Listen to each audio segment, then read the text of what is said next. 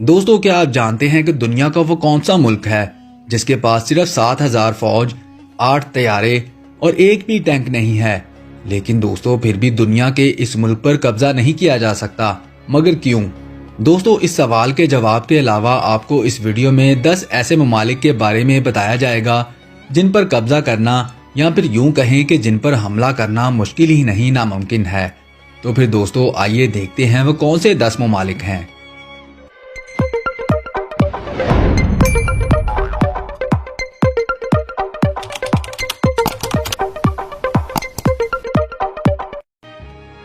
Number 10, Bhutan.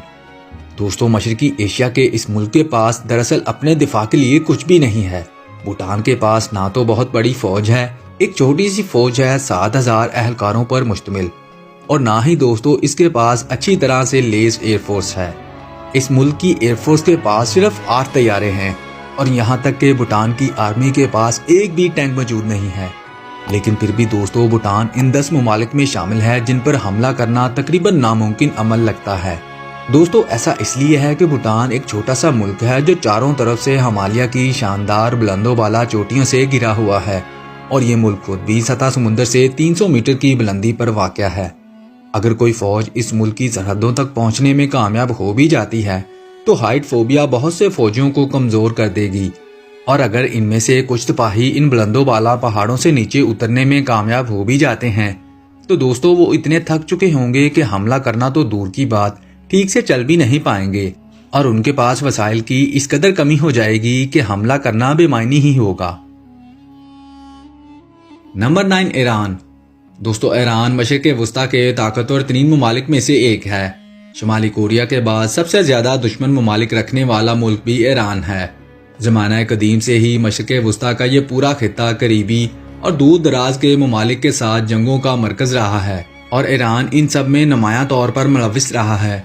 लेकिन फिर भी ईरान हमलावरों को दूर रखने में कामयाब रहा है।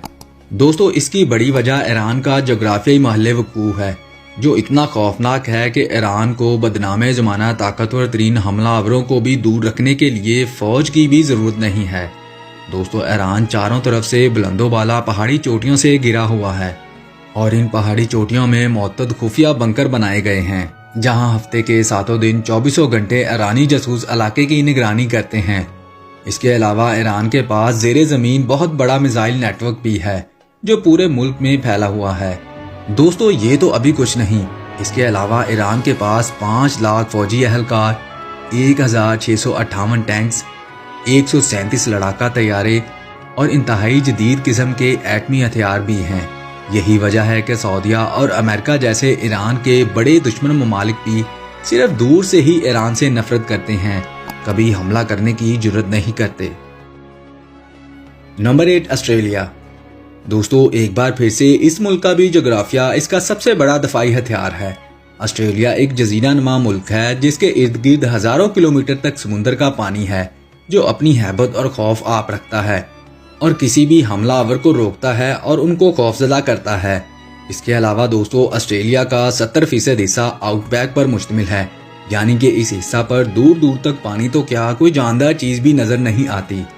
जहां तक नजर जाती है बस वीरान ही वीरान है। दोस्तों, ऑस्ट्रेलिया का करीब तरीन दुश्मन मुल्क जापान है, जो खुद 11,000 किलोमीटर के फासले पर है। लिहाजा अगर जापानी फौज ऑस्ट्रेलिया पर हमला करती है, जो कि इसने दूसरी जंग अजीम में किया भी था और बुरी तरह शिकस्त का सामना भी किया, तो दोस्तों इस हमले के लिए जापानियों को 11,000 किलोमीटर का ये सफर पानी से गुजरकर तय करना होगा, जिसकी अपनी बहुत सी मुश्किलात हैं। अगर जापानी फौज ये समुंदर पार करने में कामयाब हो भी जाती है तो ऑस्ट्रेलिया का ये ना खत्म होने वाला सहरा इनके स्वागत के लिए आगे खड़ा होगा।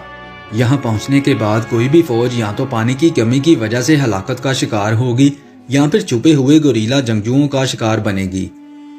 और अगर जापानी फौज इसको भी पार कर लेती है तो जब तक वो आबादी वाले इलाके में पहुंचेगी तो थकावट और कमजोरी से बेहाल हो चुकी होगी, और ऑस्ट्रेलियन फौज उनको कुछ ऐसे बाहर निकाल फेंकेगी। Number 7, Switzerland. दोस्तों, स्विट्जरलैंड 3 चीजों के लिए पूरी दुनिया में मशहूर है: स्विस चॉकलेट, स्विस वॉचेस और आलमी सियासत में इसकी गैर जानबदारी के लिए। दोस्तों, ये एक ऐसा मुल्क है जिसका कोई भी दुश्मन नहीं है। سوئٹزرلینڈ کے دنیا کے تقریباً تمام طاقتور ممالک سے اچھے تعلقات ہیں۔ شاید یہی وجہ ہے کہ UNO کے ہر شعبہ کے ہیڈ کوارٹر سوئٹزرلینڈ میں موجود ہیں، لیکن پھر بھی اس ملک نے اپنے آپ کو کسی بھی قسم کی جنگ میں ملوث نہیں کیا، حالانکہ یہ اس پلینٹ کے طاقتور ترین ممالک میں سے ایک ہے۔ عالمی سپر پاورز جیسے کہ برطانیہ، امریکہ، فرانس، جرمنی وغیرہ سوئٹزرلینڈ کے بہترین دوست ہیں، اور ان کے مالیاتی اثاثوں کا بڑا حصہ سوئس بینکوں میں پڑا ہوا ہے۔ لہٰذا کوئی بھی حملہ آور اتنے طاقتور ترین ممالک کے ساتھ مصیبت میں پڑنے کا خطرہ مول نہیں لینا چاہے گا۔ لیکن پھر بھی اگر کوئی حملہ آور ان بڑی طاقتوں کی مزاحمت کو کچلنے میں کامیاب ہو بھی جاتا ہے تو سوئٹزرلینڈ اپنا دفاع کرنا جانتا ہے۔ الپائن کے ان بلند پہاڑوں کے درمیان چھپے ہوئے بنکرز، خفیہ ٹھکانے اور مضبوط قلعوں میں تعینات فوج کی 24 گھنٹے کی نگرانی کسی بھی حملہ آور کو کئی گنا کمزور کر دینے کی صلاحیت رکھتی ہے۔ اس کے بعد بھی اگر کوئی حملہ آور سوئس سرحدوں تک پہنچنے میں کامیاب ہو جاتا ہے تو اس کو سوئس آرمی سے پہلے سوئس عوام کا سامنا کرنا ہوگا، کیونکہ یہاں کے لوگوں کو فوجی تربیت کے ساتھ ساتھ ہتھیار رکھنے کی بھی اجازت ہے۔ Number 6، north Korea. دوستو، یہ ملک صرف کم جونگ ان کے بے رحم ہونے کی وجہ سے ہی خطرناک نہیں ہے، بلکہ اس ملک کی فوج بھی اسے ناقابل شکست ملک بنانے میں اہم کردار ادا کرتی ہے۔ شمالی کوریا کے پاس 8 لاکھ ایکٹیو سولجرز اور 5 لاکھ ریزرو سولجرز ہیں۔ اس کے علاوہ 5000 ٹینکس، 600 لڑاکا طیارے، 1000 بیٹل شپس اور 8 جوہری وار ہیڈز ہیں۔ دوستو، اس ملک کی جوہری صلاحیت ہی دنیا کے بڑے اور طاقتور ممالک کو خوفزدہ کرنے کے لیے کافی ہے، یہاں تک کہ 1950 کی دہائی میں امریکہ اور جنوبی کوریا مل کر بھی شمالی کوریا کو زیر نہیں کر سکے۔ اس سے آپ کو اندازہ ہو جائے گا کہ اس چھوٹے سے ملک پر قبضہ کرنا کتنا مشکل ہے۔ دوستو، شمالی کوریا کے بہت سے دشمن ہیں، اس کے باوجود کوئی بھی شمالی کوریا پر اعلان جنگ کرنے کی ہمت نہیں رکھتا۔ کئی بار ایسا ہوا ہے کہ جب دنیا نے امریکہ اور شمالی کوریا کے درمیان خراب تعلقات کی وجہ سے جنگ کی توقع کی ہے، لیکن امریکہ جیسا بڑا ملک بھی ایسا